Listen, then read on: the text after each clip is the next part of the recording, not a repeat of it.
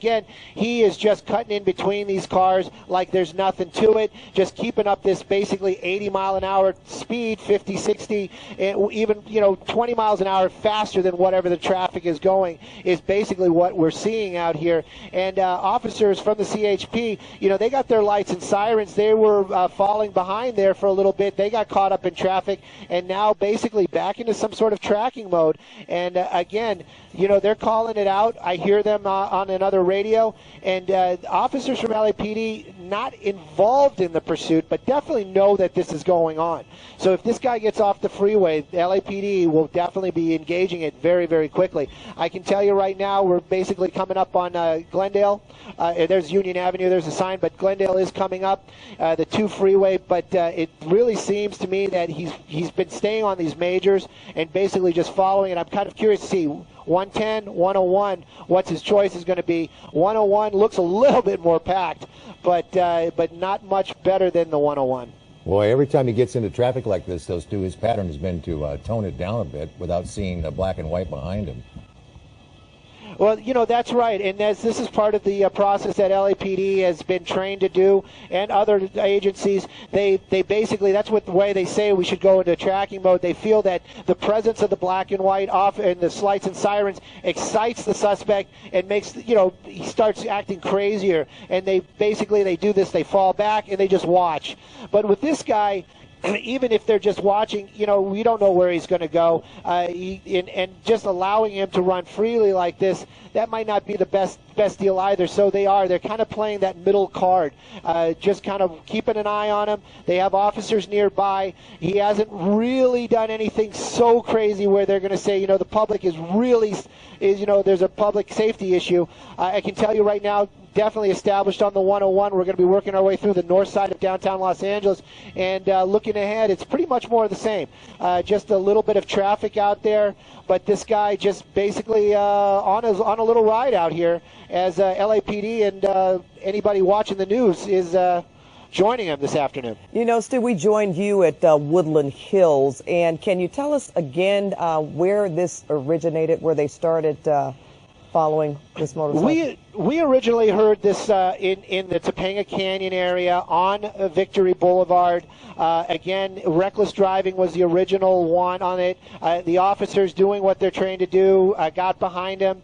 They asked for what they call a backup and an air unit. That was the helicopter. Pretty much as soon as that helicopter got there and that first unit turned on his lights and sirens, this guy just took off. And the first thing apparently he did, or that we heard that he did, was go into opposing lanes of traffic to get away from that officer. So that was an extreme move for basically just, hey, we just want to pull you over. And again, this is why LAPD and other agencies are so interested in stopping this guy and talking to him. Those kind of reactions, why didn't he just pull over? That's basically the big question. It really seems like we're just staying on the 101 freeway up. Now, as I said it, he's really starting to cut around because he does have a choice over here of the 10 freeway, but he's just weaving in and out of traffic. Again, I don't think there are many, if any, units, black and white units behind him anymore as he's working his way. I just want to make sure we don't lose him here. And as we're starting to work, it looks like we're going to be going south here, so that's going to be 5 freeway. That gives him the 60 and also, the 60 freeway if we keep in this direction. He's starting to pick it up right now. He's got to know, though, a pursuit in Los Angeles, he's got to know that helicopter's overhead, keeping an eye on him, even though he doesn't see any black and whites, too. Well, that's right. And, and that's the thing. You'd think that with that knowledge, you'd just say, hey, you know what, I better just, pull over. Or you know what, maybe he's doing, I just want to enjoy my last couple of minutes. But this doesn't look very enjoyable. This looks like he's really trying to get away. And, again, we never really see these guys get away. He is speeding up now quite a bit, like you said, really starting to move out.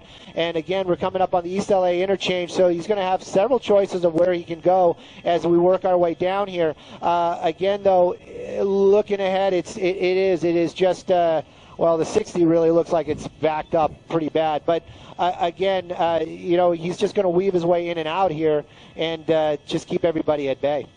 Well, you know, we have legal analyst Steve Meister on the set with us. We were prepared to talk about the Jackson verdict, which we will certainly in due time. But he was saying he probably felt that he could get away at first, and now he's just so too deep in, so he's just going to continue. He really has no other choice but to just keep riding. You know, as Steve, as he's mic'd up, as a criminal defense lawyer, have you ever defended somebody in one of these? Yeah, I have. Hold on one second. We got to hook your mic up here. I think that's where he was saying he knows what's going on because he's had clients that have done the exact same thing. We're going to try to get your mic working. It is one of those deals. Steve had written us a note saying he took off because he thought he could get away with it, basically. I suppose they all think that at some point, however. Well, again, you know, maybe he's just going until he decides to stop, as happens in so many different cases, where he'll just decide to give up because he can't. Here. All right, and maybe he's going to familiar territory.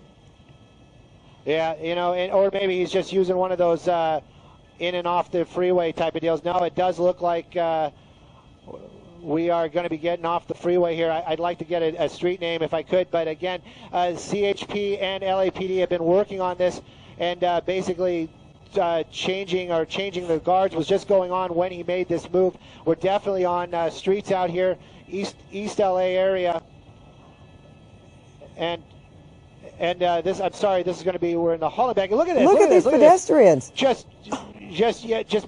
Looks like he's going into a walkway. And is he going to try a foot bail? Yeah. And, you know, this kind of gives you an idea that this guy really knows the neighborhood. That was a little walkway that took you onto a side street out here. Again, this kind of movement lets you know that this guy probably knows the area or got very lucky right there. Again, we're in the Hollenbeck area, so we're probably Boyle Heights is going to be the area. He got off the 60 freeway and basically started on some side streets, and then just said, you know what, I'm just gonna make this U-turn and work our way over here. Again, though, I'll get you a street here in just a second, but no officers behind him right now at all as we're approaching a major out here. And again, you know, he might be thinking right now he got it made, running a red light, not very wise. I can tell you just because I read the street sign, that was Indiana that we just crossed. But again, in a residential area out here and still eluding LAPD and other officers. He's got it. Yeah, there he goes. There he goes, right here. Yep. Looks like he's basically running into his house. You can see somebody else over there basically grabbing the bike for the guy. Basically just went into the home. I want to keep an eye on this guy with the motorcycle as he kind of puts it away.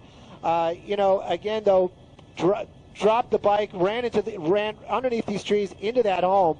Again, officers from LAPD, CHP, not quite here yet. Well, you know what's interesting is apparently not, because most of the people, if you noticed how slowly they were walking, those pedestrians trying to walk across the street, I mean, they couldn't see. Now, what is this about? Yeah. I have no idea. I have no idea if these people know this guy or are related to him. Yeah, basically, this guy just came and grabbed the helmet and is walking off. And, but you know what, they're Stu? basically doing. Don't want to interrupt you, but Steve. That might be him. Didn't he have on a black and white checkered shirt and some white gym shoes? He looks like he took off the coat, Stu. You know, I think this is the other guy. I think this is the guy that basically put the motorcycle away after he dropped it. Now, there was a gentleman walking out with a young person. The young person was holding something to his face, and this guy had a black and white checked shirt on and some white gym shoes, and it looked like it could have been the guy on the bike. He just took off the overcoat. All right. You know, yeah, it could be. It could definitely be. That's your reward, Stu, for helping move the motorcycle into the garage. That's the helper. Yeah, that's the helper right there. That other guy basically just walked off. You know, I'm getting some direction. Go ahead, and look around for him. That may have been the guy. With the young person. Exactly, who did have something up to their face. Yes. That's him, isn't it? Looks like it. Black and white shirt, white shoes. Yeah. Dark pant. Hang on just 1 second here. I'm having a little difficulty holding this shot because we were set up for the other thing, but we'll definitely try to keep an eye on this guy right here. Again, hang on just 1 second. All right. Yeah, that's no problem. We can still see him. You're keeping him in. You're doing a good job. Yeah. It looks like he's going to be going behind a building here. It looks like we're working our way out towards a mall. Going to keep an eye on him, like you said. This could very well be him. Just walking along here, nothing to see here. I had nothing to do with that, is probably what he's saying to himself, but we might know different out here. I'm wondering if somebody is going to be able to notify the LAPD CHP about this as we're working our way. I don't want to lose him behind this tree. I'm working with my pilot. Again, there he is. That's him, right? Yep, yes. that's him. And it is. Maybe he's just out for his afternoon walk, but very unusual behavior as this thing came to an end, and he just happened to be walking away. So we're going to keep an eye on this guy out here, and as soon as we are able to give you a cross street, which we might be able to do here very shortly, we will. But definitely, you kind of have to wonder, that younger woman just kind of disappeared. This guy is here all by himself, just walking along now. Well, even if we, as we will shortly, play back the video of him walking back out of that home or wherever he was, there was this person here with a young Whittier person and DeLamo. With something up to their face. Lama and Whittier. And it certainly looks like. I'm just working with my pilot, who's actually talking with the shirt to on. If anybody else, if they can hear us, Paul and Steve, with the black and white gingham shirt, the white gym shoes. It's interesting that person emerged from that home, right, with this check shirt on and these white shoes. I thought he was going to surrender. Yep. And I thought he's walking on Whittier, and he passed a llama right there, and looks like he's going to start walking down, kind of staying off the major now. So. And Stu, what were you saying about working with the pilot to Whittier?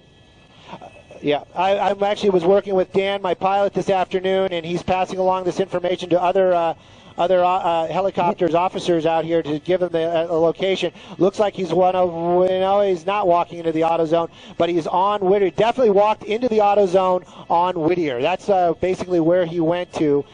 Just walked into there. I'll get you that cross street right here in a second, but definitely we're at the corner of Whittier and Indiana. There's a officer right there. Whittier and Indiana walked into the.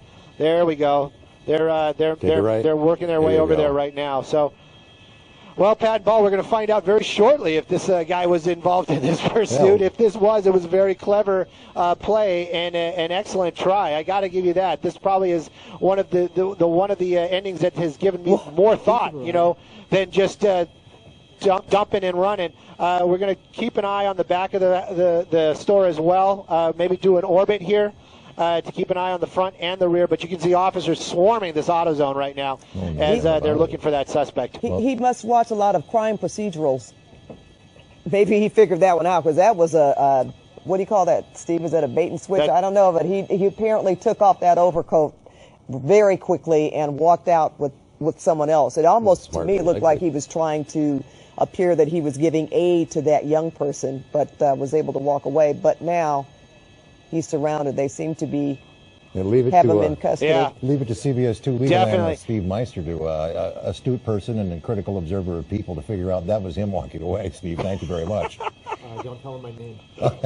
Well, he might ask you to represent him anyway. That you can know my name for. You can know my name. Not where I live.